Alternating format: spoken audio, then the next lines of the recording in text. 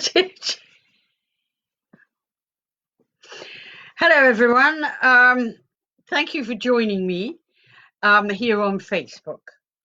I hope you are, and all your loved ones are all well and are finding positive ways to get through this lockdown. I know it must be very, very difficult for a lot of people.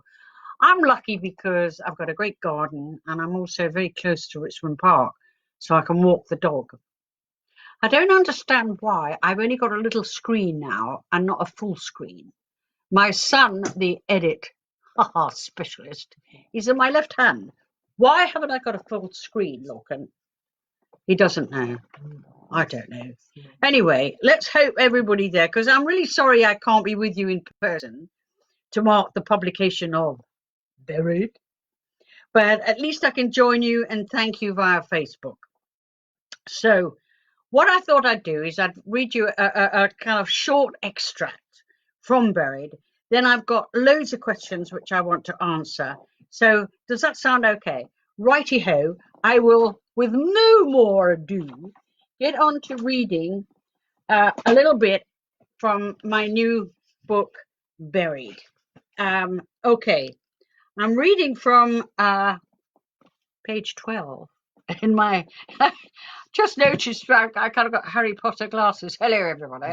Are we all right? Right, I'll just start reading. Anyway, very seriously, let us commence.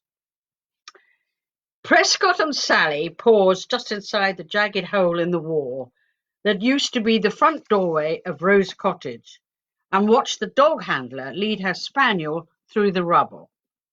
The dog wore tiny red canvas boots, velcroed in place around the ankles with thick rubber soles that protected her paws from smouldering embers and sharp debris, allowing her to work safely and comfortably. The single repeated command of, "Show me, Amber," was all that could be heard inside Rose Cottage. Amber's handler kept her off the sofa as the charred body was still there. The dog worked hard, sniffing and moving around the remnants of furniture. Her tail wagged, her tongue lolled. She jumped and rummaged, but she didn't make one single indication that an accelerant was present. Maybe the fire burned intense enough to destroy an accelerant, they speculated. Or maybe a less common one was used, said the dog handler. The dog only knows the most common ones, such as petrol or household flammables. Your forensic team might still find an accelerant on the items that you're going to take away. One of them was suddenly distracted by the contents on the hearth. The water from the fire hose on the floor in this area of the room looked like thin black paint, a result you might expect to get after paper is burnt, creating a fine, soluble ash. Further back in the hearth, untouched by the water altogether, were the remnants of what looked like stacks of dry, charred paper. The paper was now nothing more than tiny fragments of its original form, but the volume was absolutely confusing.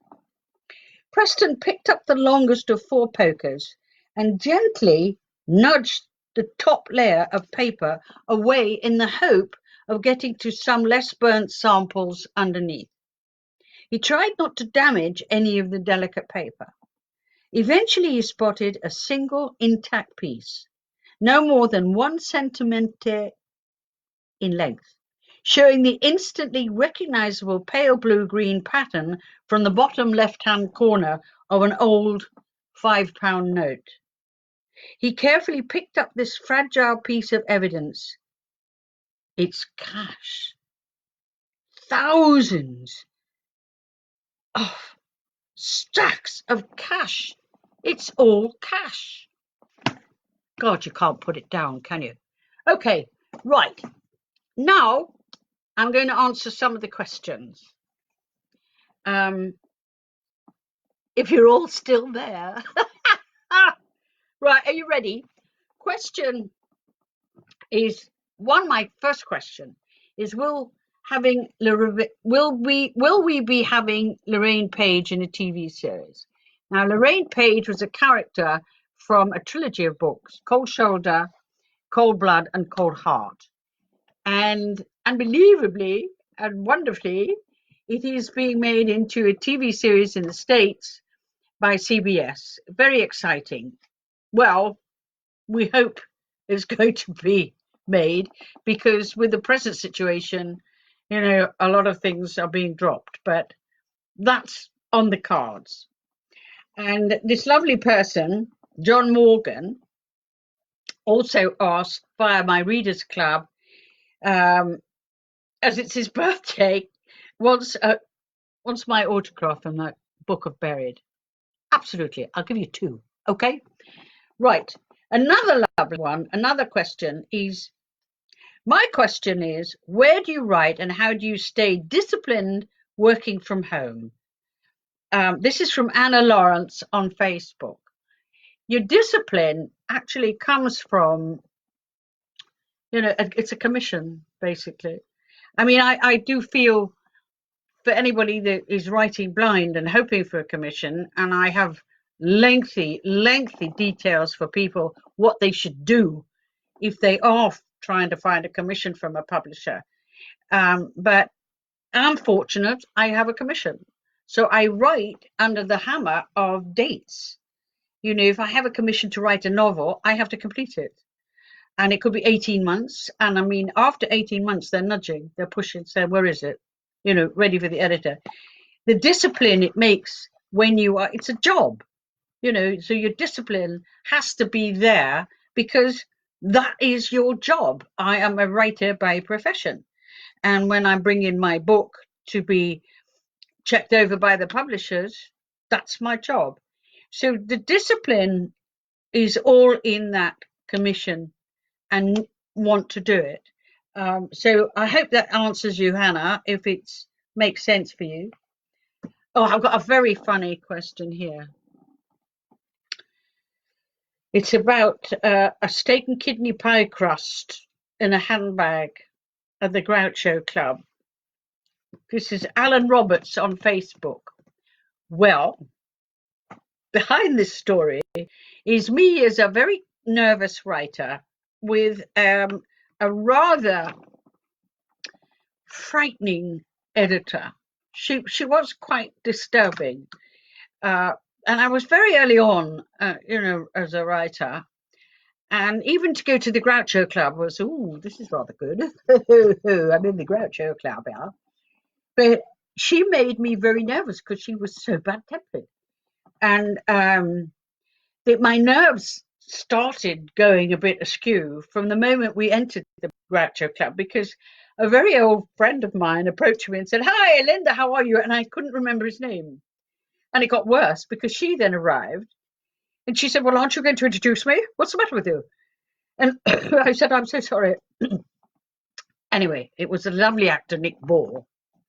And I then noticed that she had a roller in her hair.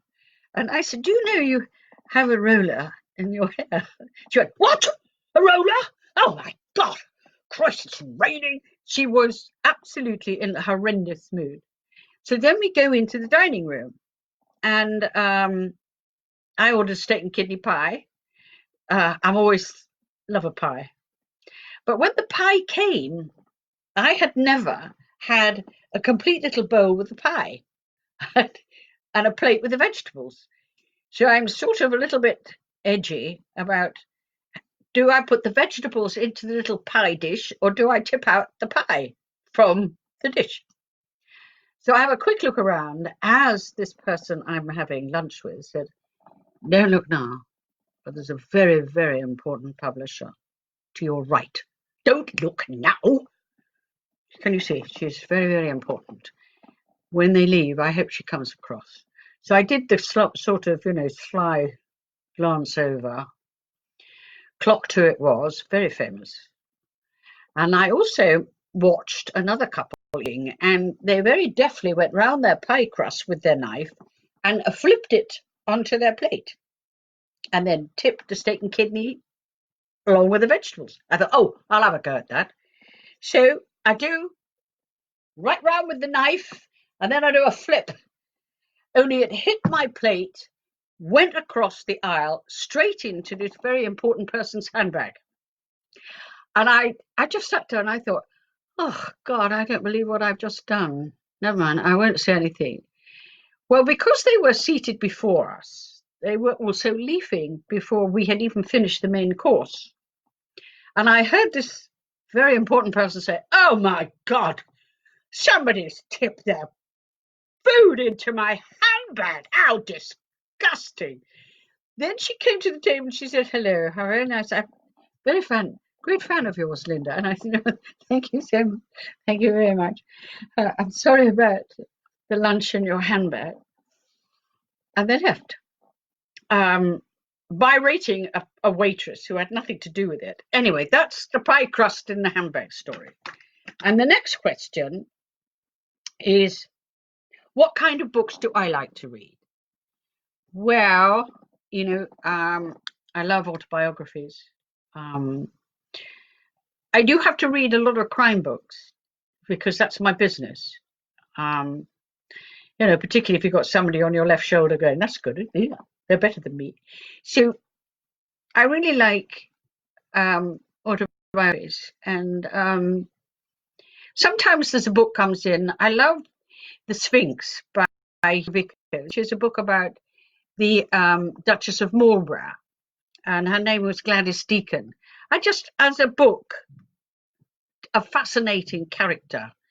I would actually encourage everybody to get this because you just can't believe the way they travelled in the 1920s, the First World War, 20s, and this woman was astonishing. But one of the underlying thing in the book is that even in the early 1920s, there was this thing about facial plastic surgery, and they used paraffin plastic and injected it into their faces.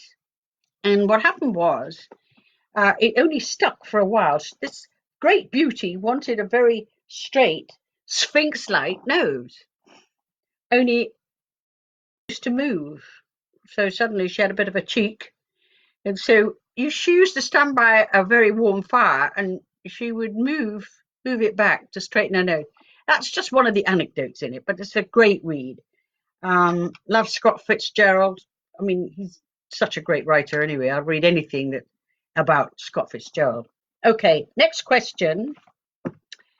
Oh, sorry, I've just read that one out. Okay. Do you have plans for a TV series of Buried? Yes, I do.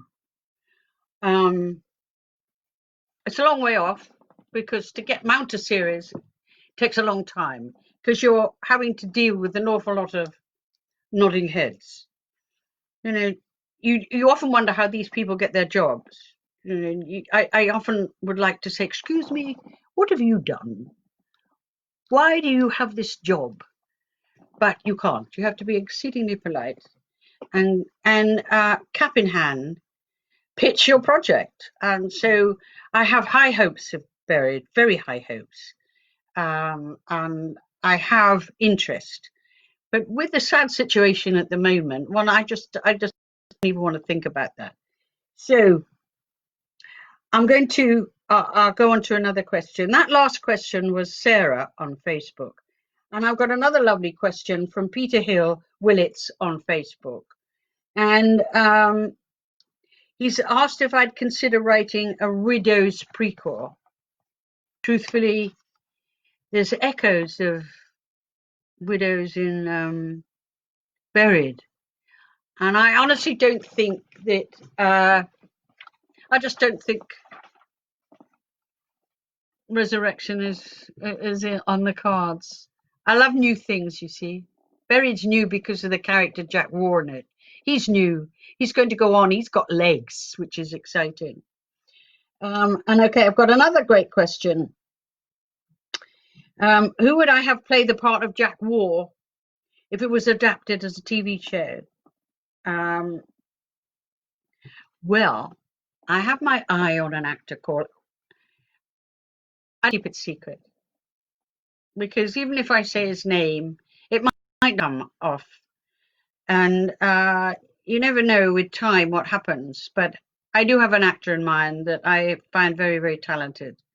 Um, this is from a Scouser like me, and it's from Carol Fry on Facebook. And she's saying, if I ever wanted to write something in Liverpool, would I consider, and where would I put it? Well, there's a place called the Williamson Tunnels in Liverpool. That's where I'd put it. Now, if you don't know Liverpool and you've never been to Liverpool and you don't have any idea what Williamson Tunnels are, at about 1860, something like that, this immensely rich man began to build under his house in the centre of Liverpool tunnels. They weren't just little narrow tunnels. These were amazing archways, size of a ballroom. He employed hundreds and hundreds of men digging out these tunnels, and they lead from the centre of Liverpool all the way to the docks. And they're only now being really very carefully. They're just so astonishing, also quite dangerous.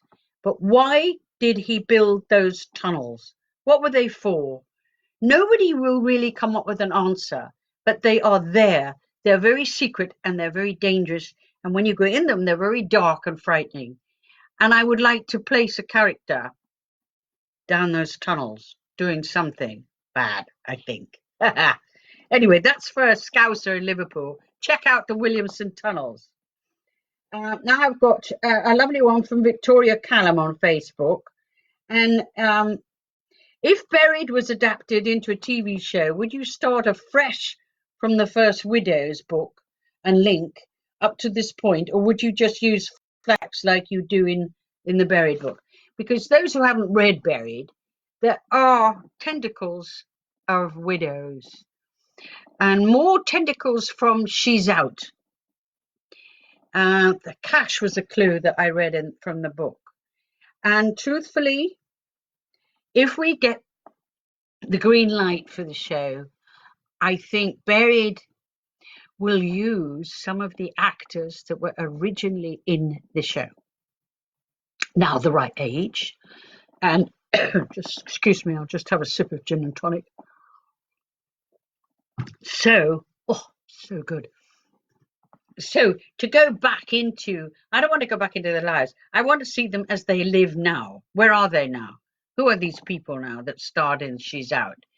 And therefore, I think they were all wonderful actresses. It will be a joy to see them in their present age rather than do a lot of flashbacks. Sometimes flashbacks bore me a bit. You know what I mean? Bit of stuck on a plot, give a flashback. Okay, here's a cheeky one. This is from Michael Blingboom. I think it's Bleeboom. Am I a natural redhead? Well, honestly, you shouldn't ask a lady that, because truthfully, I would say I'm probably pretty grey. I was very red at one time. And use different packages. So sometimes you see different hints of red on me. It's only because I've got the wrong package or the wrong number. And anyway, onwards. Who's my favourite crime writer from the books or any books I've read? And this is from Amy Kirkbride from last week's Facebook Live. Well, there are immense amounts of characters that I love, but I have to say I'm obsessed by Raymond Chandler. Philip Marlowe. But Chandler is a superb writer.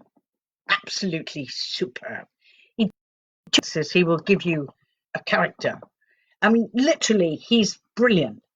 But all his books, I envy all his titles too. Man, could that write a good title.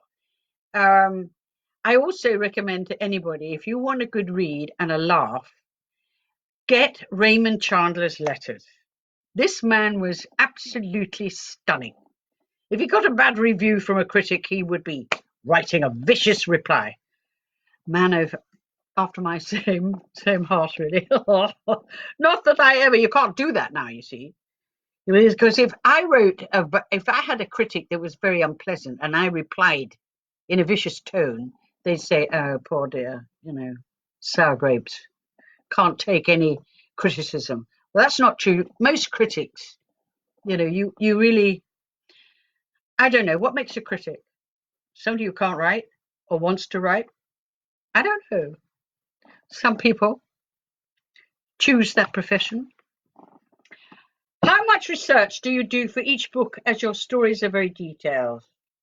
Patricia McDonald on Facebook. How much research I do? I live by research. I can't work without it. You dive into a new story. I can't do that without I've got every fact in place. What I'm talking about. Everybody, I encourage you to get onto my blog, Listening to the Dead. If you're a writer and even contemplating writing crime, get on my blog, because you will hear me talking to all the scientists for every single level. There's a wonderful, my left hand, Cass Sutherland, is with me, an ex-high-ranking detective from the Met. He guides me in everything, and he's introduced me to all the forensic departments. But you can hear me talking and Cass asking all these wonderful scientists queries, questions. And truthfully, I learned so much more, considering I've been in touch with them for many, many years, from pathologists. You have blood splattering experts. Get on my blog. It's brilliant. It's called Listening to the Dead. Okay, here's a goodie. Do you regret getting off Dolly? Rob Lamb from last week's Facebook. I regret it, of course. Part of the regret is that I won't work with Anne Mitchell again. There is an actress who played Dolly Rawlins, the most majestic actress I know. She's superb, talented, generous, great woman. Never got the kudos that she deserved, I think, for carrying that character through 3 huge successful series. I'm very proud to know her still very well, and very honored to be her friend. She is a delightful person. So I'm running out of time. I'll just have a quick sip of gin. It's so good. In reality, to be a bit serious, I want to thank everybody for joining me, and I'm sending you the best wishes and to say keep safe, stay at home, have a gin and tonic with me anytime you like. But God bless you all, and I hope you enjoy it. I'm very, very proud of the book. Bye-bye. I don't know how to shut it off.